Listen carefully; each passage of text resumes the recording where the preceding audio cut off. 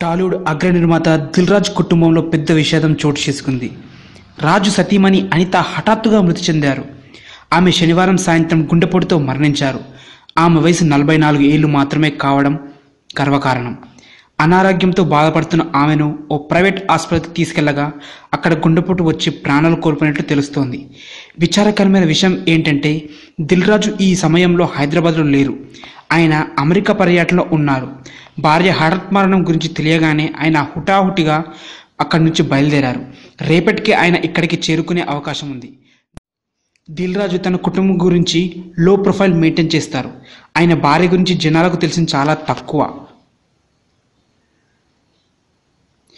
3 ఏళ్ల కిందట దిల్ రాజు తన కుమార్తె హర్షితా రెడ్డి పెళ్లి చేసినప్పుడు జనాలు ఆయన భార్య ఫోటోను చూశారు.